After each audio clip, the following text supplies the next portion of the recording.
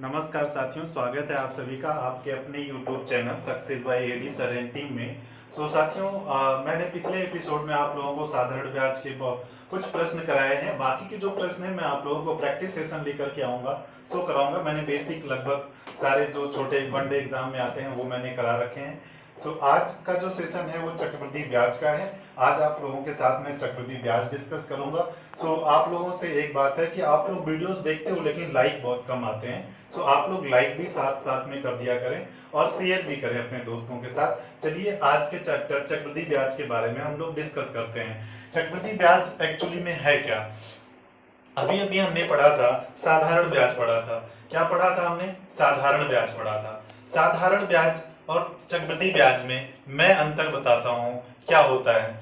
साधारण ब्याज, सपोज करो कोई मूलधन है,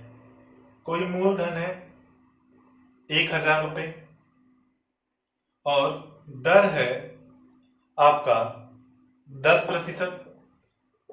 समय 3 वर्ष है।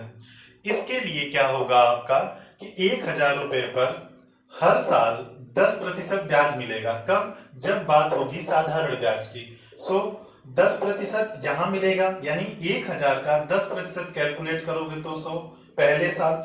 दूसरे साल भी 10% मिलेगा, वो आएगा कितना? 100। तीसरे साल भी क्या मिलेगा? 10% मिलेगा, वो कितना मिलेगा? 100 रुपया मिलेगा। ये बात होती है साधारण ब्याज की। लेकिन जब कभी भी हम बात करेंगे चक्रवृद्धि ब्याज की, किसकी बात करेंगे?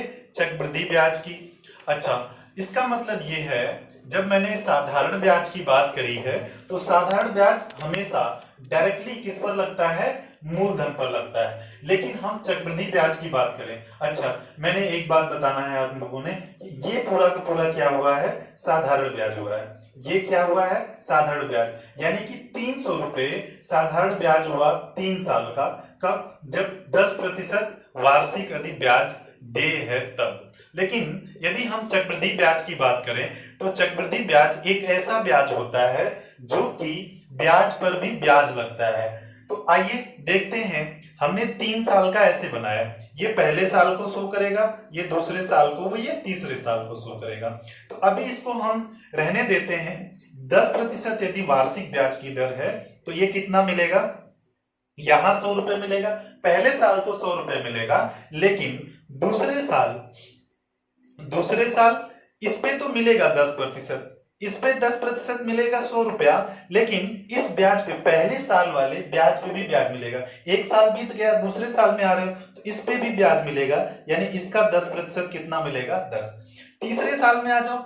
तीसरे साल में यदि आप आते हो तो इस तीसरे साल में इसके पहले कितने धन है? कितने जगह धन है? 1 2 3 और 4 जगह है, यानी कि 4 बार आपको ब्याज मिलेगा। इसका 10% तो मिलेगा ही मिलेगा, प्लस इसका भी 10% मिलेगा, इसका 100 का 10% 10, इसका भी 10% मिलेगा यानी 10, इसका भी 10% मिलेगा यानी कि 1।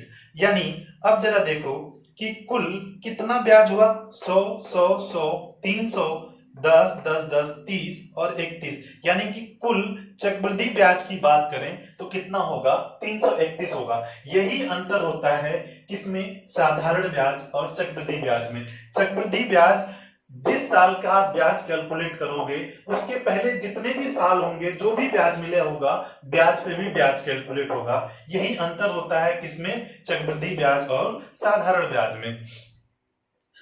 इसका जो बेसिक फॉर्मूला होता है, मुझे आशा है कि आपको समझ आया होगा। अब आइए बात करते हैं चक्रवृद्धि ब्याज के एक सिंपल फॉर्मूले का। चक्रवृद्धि ब्याज का साधारण सा फॉर्मूला क्या होता है? मिश्र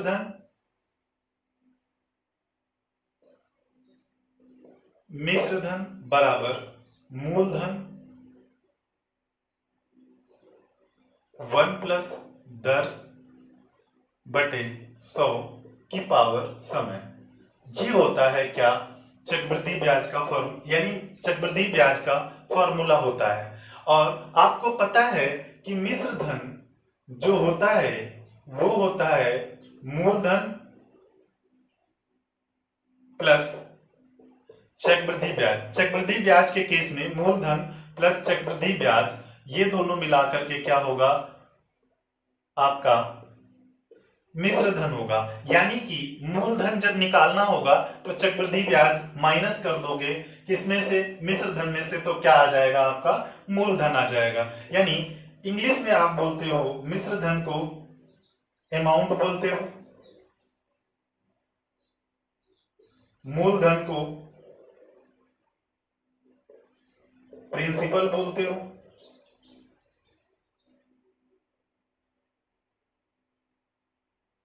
और चक्रवृद्धि ब्याज को चक्रवृद्धि ब्याज को आप कंपाउंड इंटरेस्ट बोलते हो।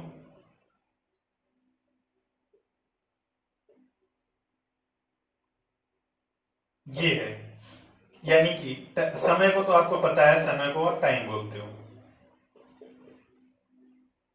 यानी कि इसको हम ए से रिप्रेजेंट करेंगे, प्रिंसिपल को पी से रिप्रेजेंट करेंगे, और चक्रवृद्धि ब्याज जो सीआई से रिप्रेजेंट करेंगे, और टाइम को टी से रिप्रेजेंट यदि करेंगे तो amount is equals to principal 1 plus R by 100 की पावर क्या हो जाएगा, टी हो जाएगा। ये फॉर्मूला होगा किस केस में, जब आपको मिश्र धन निकालना होगा। यानी मिश्र धन निकालने के बाद आप प्रिंसिपल माइनस कर दोगे, क्या आ जाएगा आपका, सीधा सीधा क्या आ जाएगा आपका, मिश्र धन आ जाएगा। आप मूलधन निकाल दोगे मिश्र धन से तो क्या आ जाएगा, चक्रवृद्धि ब्याज आ जाएगा। इतना स्टूडेंट नोट डाउन कर लो, मैं आगे की बातें बताता हूं, या तो आप स्क्रीनशॉट ले लो, हम आगे की बातें बताते हैं। देखिए स्टूडेंट,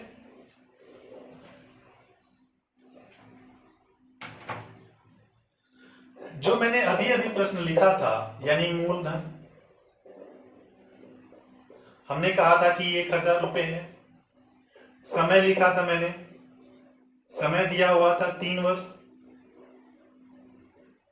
और समय दिया हुआ था 3 वर्ष। ब्याज की जो दर था, ब्याज की दर था 10% वार्षिक था। तो आपसे पूछ लिया गया था कि चक्रवृद्धि ब्याज बताओ, चक्रवृद्धि ब्याज बताओ। इतना शायद ही प्रश्न आ जाए, तो आप फॉर्मूले में कैसे करोगे। फॉर्मूले का सीधा सीधा मतलब होता है amount is equal to P 1 plus R by 100 की पावर टी। इतना आपको फॉर्मूला जब याद होगा तो क्या करोगे आप, मूलधन है आपका 1000, 1 प्लस दर आपका दे रखा है 10% बटे 100 की पावर, समय 3 वर्ष है, तो यहां से आपका ए यानी कि मिश्र धन निकल के आएगा, ये आ जाएगा 1000।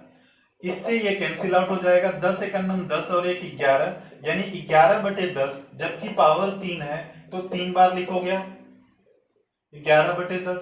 ये 0 0 0 इससे कैंसिल आउट हो जाएगा, यानी ये हो जाएगा आपका क्या, 1331। इसको गुणा करोगे 11 ग्रेम 121, 121 में 11 के गुणा करोगे कितना आएगा, 1331 आएगा। यानी कि प्रिंसिपल आपने मूलधन लगाया 1000 रुपए, आपको मिल रहा है 1331 रुपए। यानी कि चक्रवृद्धि ब्याज कितना होगा स्टूडेंट, चक्रवृद्धि ब्याज होगा हमारा 331 रुपए होगा। सो स्टूडेंट ये होगा आपका। एक तो ऐसे कर सकते हैं, दूसरी बात हम कैसे कर सकते हैं, ये प्रश्न समझ आया होगा, और फॉर्मूले पे ऐसे सॉल्व करते हैं, ये समझ आया होगा। लेकिन हम तीसरी बात करते हैं अभी। लेकिन एक तो ऐसा तरीका है आपके पास, या तो आप ऐसे भी कर सकते हो। कैसे कर सकते हो कि 10% क्या होता है, 1/10।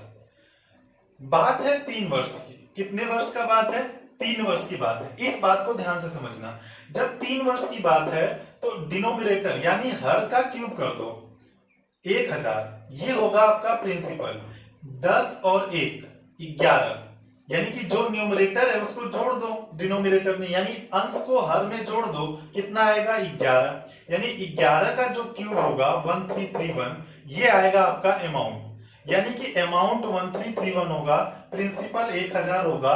तो इस केस में हमारा सीआई कितना होगा, 331, यानी कि आप प्रिंसिपल माइनस कर दो किससे, अमाउंट से, तो 331 क्या आएगा आपका, ये आएगा आपका चक्रवृद्धि ब्याज आएगा, यानी सीआई आएगा। अब प्रश्न में क्या दे रखा है, 1000, हमारा प्रिंसिपल कितना है 1000 है, तो 1000 यूनिट की वैल्यू 1000 है, 1000 रुपए है, तो हमसे क्या पूछा गया है, चक्रवृद्धि ब्याज। तो 331 यूनिट की वैल्यू कितनी होगी, 331 होगी। लेकिन यदि प्रश्न में आपसे क्या पूछ लिया जाए, प्रश्न में आपसे सिर्फ इतना पूछ लिया जाए कि यदि प्रिंसिपल 2000 हो, टाइम वही हो 3 वर्ष हो, और दर यानी कि रेट यानी दर 10% हो। तो अब जबकि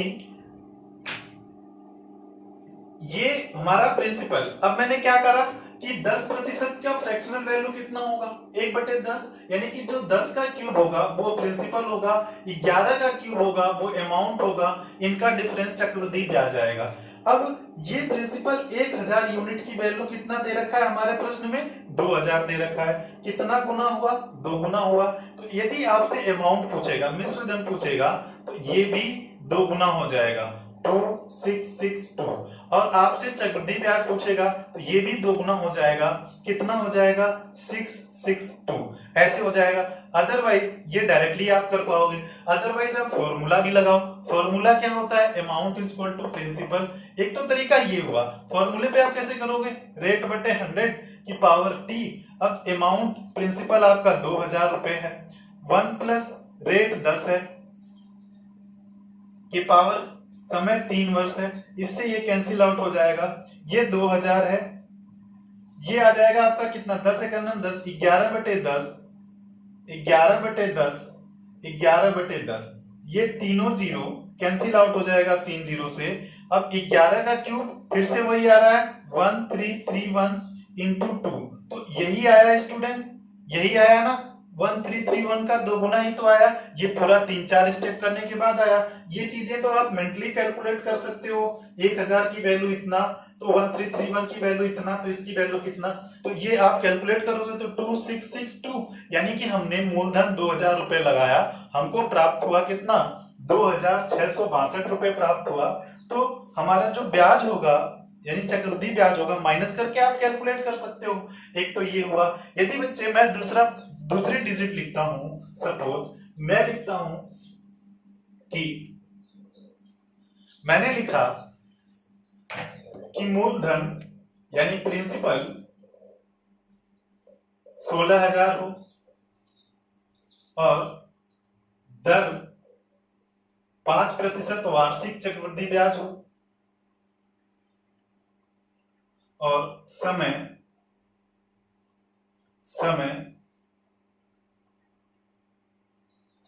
2 वर्ष हो, 3 वर्ष करते हैं, समय 3 वर्ष कहते हैं। तो चक्रवृद्धि ब्याज आपसे पूछा जाए, चक्रवृद्धि ब्याज पूछा जाए, ये क्या होगा, इसको कैलकुलेट करने के लिए यदि आपसे प्रश्न बोला जाए कि 16000 रुपए पर 5% वार्षिक चक्रवृद्धि ब्याज की दर से 3 वर्ष के लिए चक्रवृद्धि ब्याज क्या होगा, तो आप कैसे कैलकुलेट करोगे, 5% लिखोगे। 5% को फ्रैक्शन में कैसे लिख सकते हो, 1/20, यानी कि 20 का जो क्यूब होगा, यानी 20 का क्यूब 8000 होगा, ये प्रिंसिपल होगा।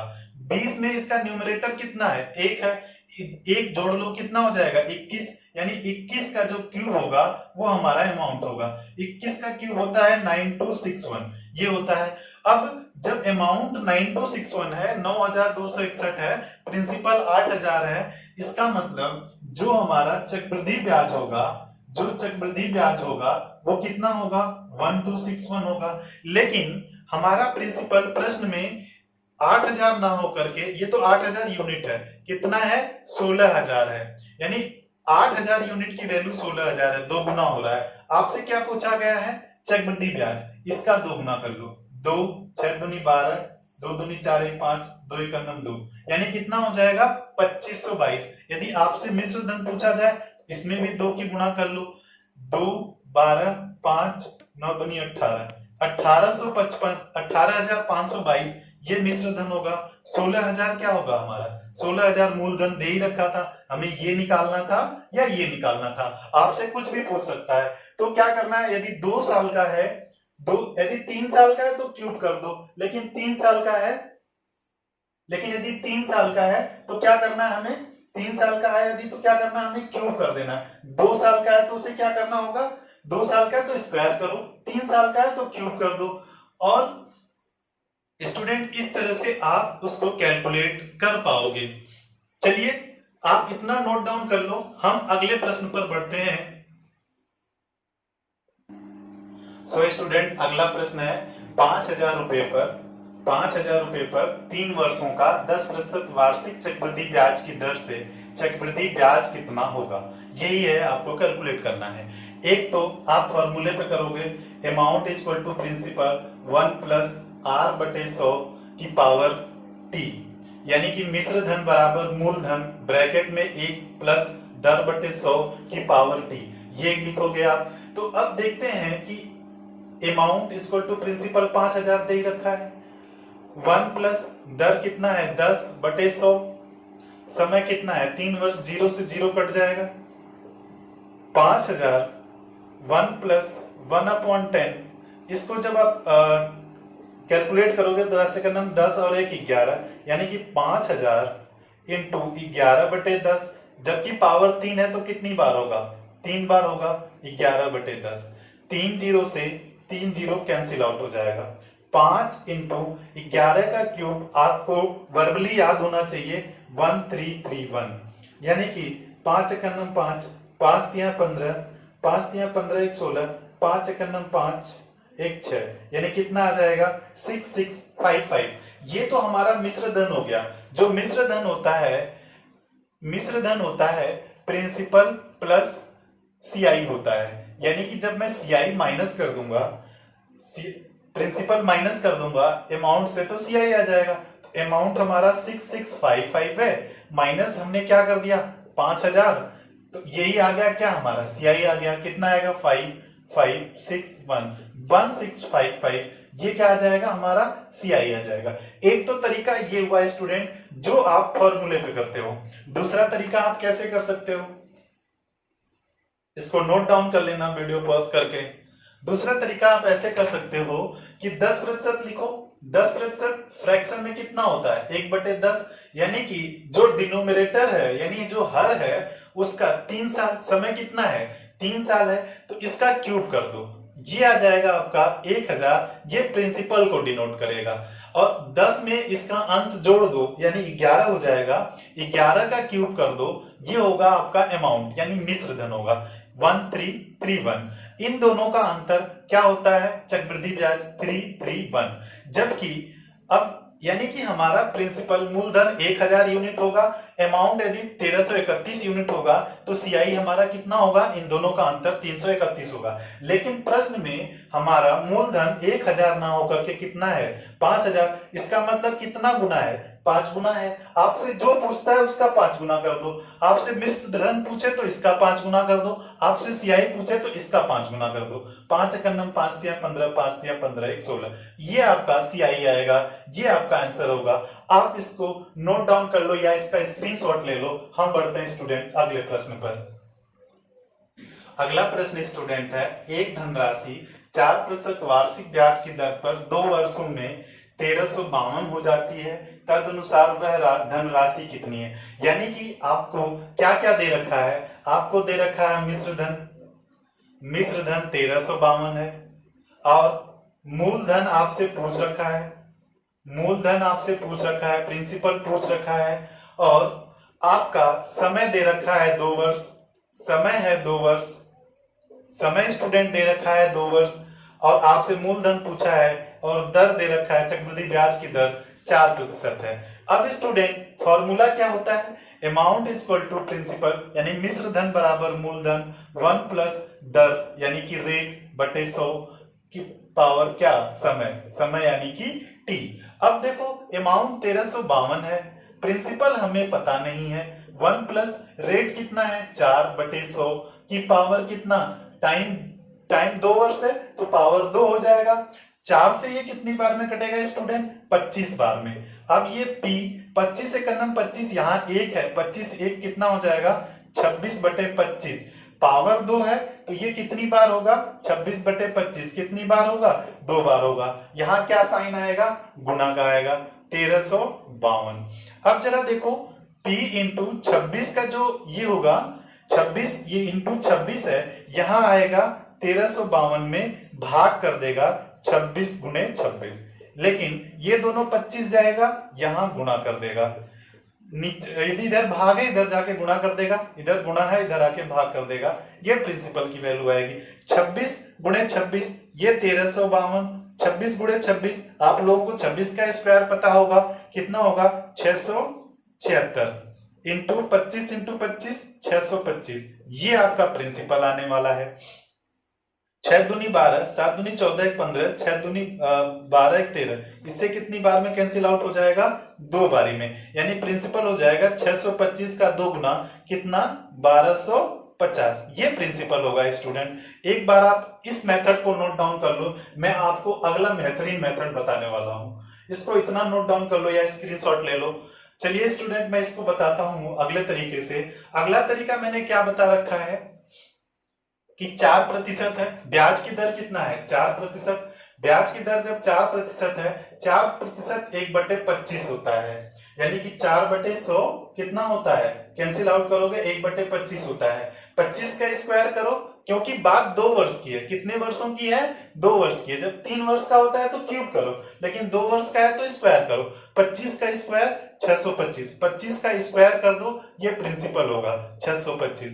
और अमाउंट इसमें 25 में एक न्यूमरेटर जोड़ दो, न्यूमरेटर जोड़ दोगे तो कितना आएगा 26, 26 का स्क्वायर करोगे 676, ये हमारा अमाउंट आएगा, यानी कि अमाउंट 676 यूनिट है तो प्रिंसिपल 625 यूनिट है। लेकिन प्रश्न में कितना दे रखा है 1352 रुपए दे रखा है, यानी कि 676 की वैल्यू है 1352, यानी कितना गुना हो रहा है 2 गुना हो रहा है। कैसे पता करोगे 676 से भाग कर लेना, यदि इसका 2 गुना है तो प्रिंसिपल भी इसका 2 गुना होगा, यानी कितना होगा 1250 होगा। आप डायरेक्टली क्वेश्चन को कर सकते हो, ये चीजें तो आपके माइंड में आएगी, इतना सा कैलकुलेट करना है बस। सो स्टूडेंट इसको नोट डाउन कर लो या स्क्रीनशॉट ले लो, हम अगले प्रश्न पर बढ़ते हैं। स्टूडेंट अगला प्रश्न है बच्चे कि रुपए 25,000 चक्रवृद्धि ब्याज पर पहले वर्ष के लिए 3%, दूसरे वर्ष के लिए 4% और तीसरे वर्ष के लिए 5% की दरों पर उधार दिए गए।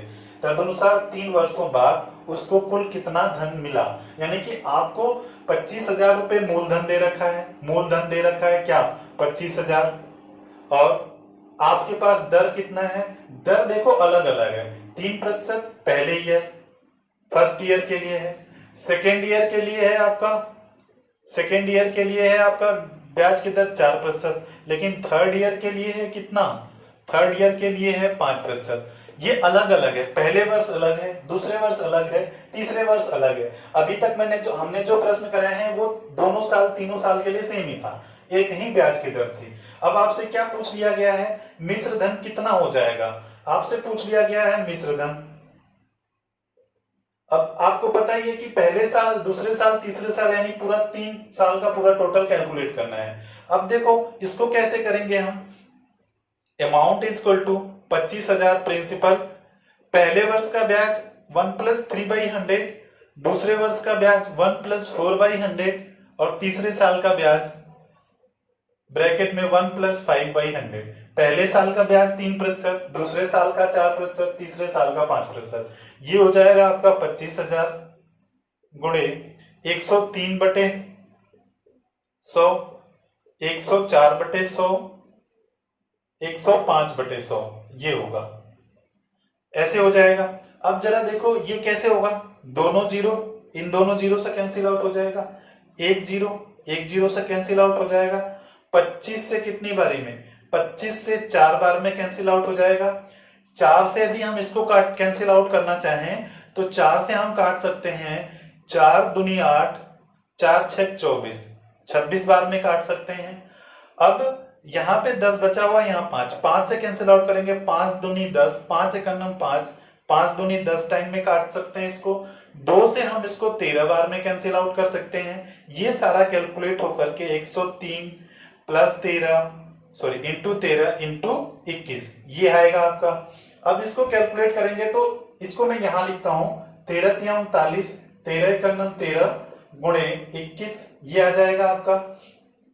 21 से गुणा कर लेते हैं तो अब ये कितना आ जाएगा, इसको आप मल्टीप्लाई करके लिख दोगे, यही आपका मिश्र धन होगा। चलिए मैं आपको एक बार आपके लिए मल्टीप्लाई कर देता हूं।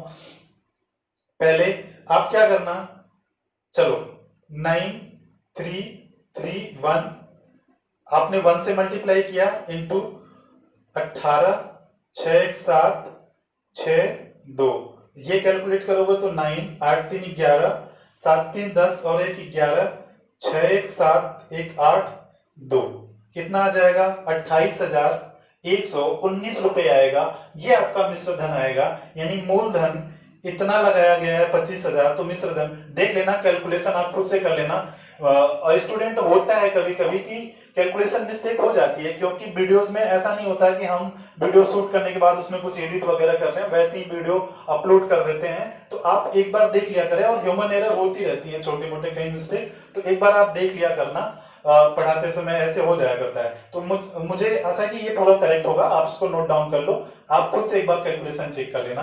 तो इस तरीके से कर लोगे आप। लेकिन जब प्रतिशत की वैल्यू सेम होती है तब हम फ्रैक्शन वाला रूल लगाते हैं, जो मैंने पिछले प्रश्न में मैंने बताया। लेकिन हर साल इसमें क्या हो रहा है, ब्याज की दर अलग अलग हो रही है। सो यहाँ पे वो वाला रूल अप्लाई नहीं होगा जो मैं डायरेक्ट डिनोमिनेटर का स्क्वायर और क्यूब करके कर रहा था।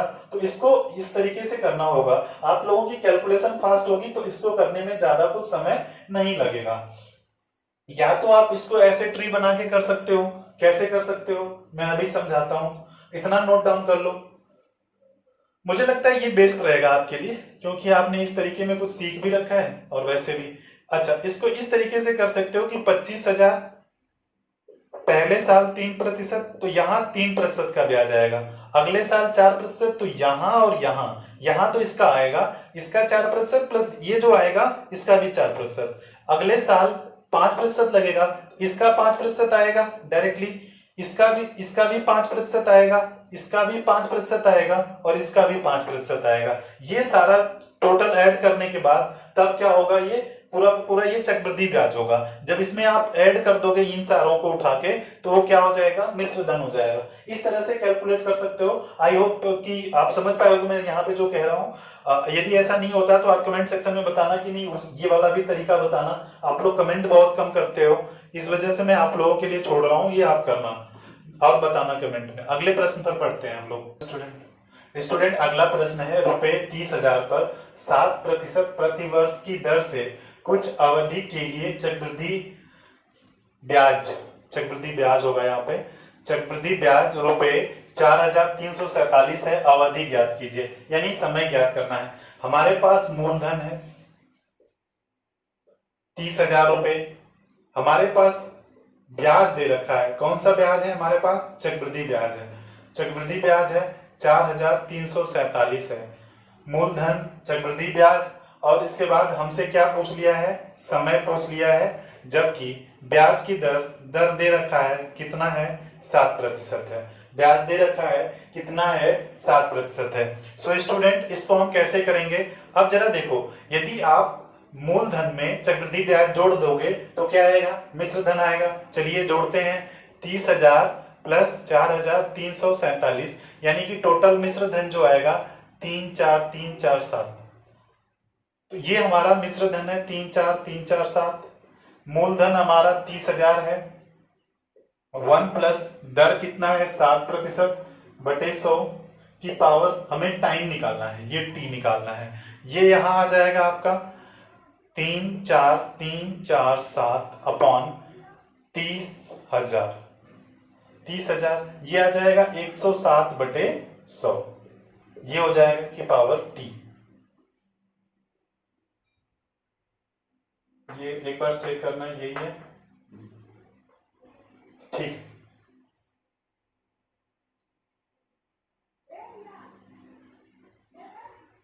चलिए देखते हैं, ठीक है।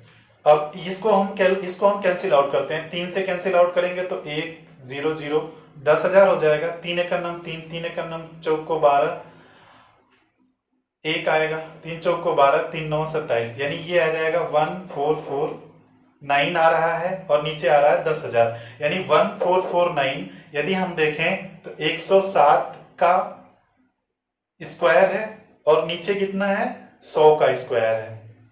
100 का स्क्वायर 10,000 ये वाला, और ये 107 का स्क्वायर है। इतना आपको याद होना चाहिए, क्योंकि 107 का स्क्वायर कितना होगा, 107 गुणे 107 कर लेना, 7 7 49 कितना हो जाता है, और 100 में 107 में 7 जोड़ दोगे 114, ये हो जाता है। ये मैं किसी टाइम आप लोगों को किसी दिन सिखाऊंगा कि नहीं कैसे जल्दी से स्क्वायर निकालते हैं। फिलहाल में इतना समझ लो, ये यहाँ है 107 इंटू 100 की पावर टी। अब देखो दोनों का बेस सेम है, लेकिन पावर यहाँ पर टी है, यहाँ पर कितना है 2 है, यानी टाइम कितना होगा 2 वर्ष होगा। यानी वार्षिकी है तो समय कितने के बराबर होगा 2 वर्ष, क्योंकि ब्याज की दर वार्षिक संयोजित हो रही है तो कितना होगा ये 2 वर्ष होगा।